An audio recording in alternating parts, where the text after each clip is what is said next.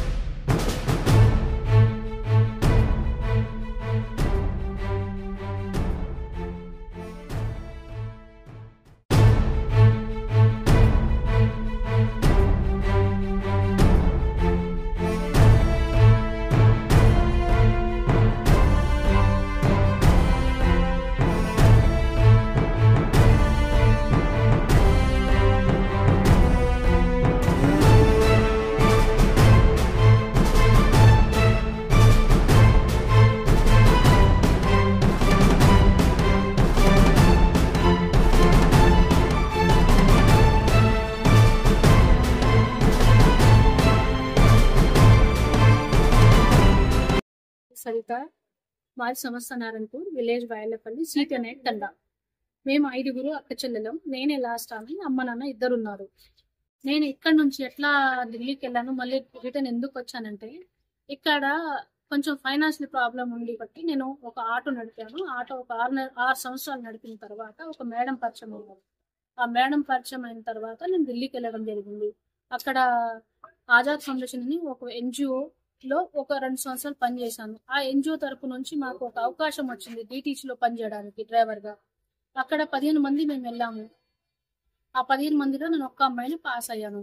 అక్కడ నుంచి నేను ఒక 10 years పనిచేశాను. లాస్ట్ 1 month బ్యాక్ కూడా అక్కడ వర్క్ చేసే వచ్చాను. సో ఇక్కడ ఎందుకు వచ్చానంటే, మా అమ్మ నాన్నకి ఎవరు తోడు ఉండాలి. ఎందుకంటే నాన్నకి బాగుండదు, అమ్మకి బాగుండదు. అమ్మకి కాలు ఇరిగింది, వాళ్ళు ఇంకా ఏజ్ బార్ అయిపోయారు. వాళ్ళని చూసుకోవాలనేసి ఇక్కడికి వచ్చి తెలంగాణ గవర్నమెంట్ వేడుకోవడం జరిగింది. తెలంగాణ గవర్నమెంట్ ఏమో సహకరించింది, సహాయం చేసింది, హెల్ప్ చేసింది. సో ఫస్ట్ వచ్చేసి కోమటిరెడ్డి సార్ దగ్గర వెళ్ళడం జరిగింది. కోమటిరెడ్డి సార్ ఏమో పొన్నం ప్రభాకర్ సార్ని ఫోన్ చేసి అక్కడ పంపించారు. నేను అక్కడ పొన్నం ప్రభాకర్ సార్ని కలిశాను. సార్ ఆ రోజు కూడా ఇస్తాననేసి 100% అని చెప్పారు. మళ్ళీ నెక్స్ట్ తర్వాత మళ్ళీ వెళ్తే మళ్ళీ ఆ రోజు మళ్ళీ నాకు ఉద్యోగం వచ్చింది, జాబ్ ఇచ్చారు, మంచి ఒక భరోసాతో ఇచ్చారు. సో నేను తెలంగాణ గవర్నమెంట్ కి థ్యాంక్ యూ చెప్పుకుంటున్నాను. పొన్నం ప్రభాకర్ సార్ నాకు హెల్ప్ చేశారు కాబట్టి ధన్యవాదాలు సార్. ఇలా ప్రతి ఒక్క ఫీల్డ్ లో మహిళలకు హెల్ప్ చేయాలనేసి మొన్న కూడా CM sir, chief minister sir కూడా ట్వీట్ చేయడం జరిగింది. సో ఆ మెసేజ్ చూసి కూడా చాలా హ్యాపీగా ఫీల్ అవుతున్నాను సార్. ధన్యవాదాలు సార్, థ్యాంక్ యూ సార్. ఎందుకంటే తెలంగాణ గవర్నమెంట్ మహిళల పట్ల మంచిగా ఒక మెసేజ్ ఇస్తున్నారు, ఒక మంచి అవగాహన చూపిస్తున్నారు. కాబట్టి నేను తెలంగాణ గవర్నమెంట్ కి ధన్యవాదాలు చెప్పుకుంటున్నాను సార్.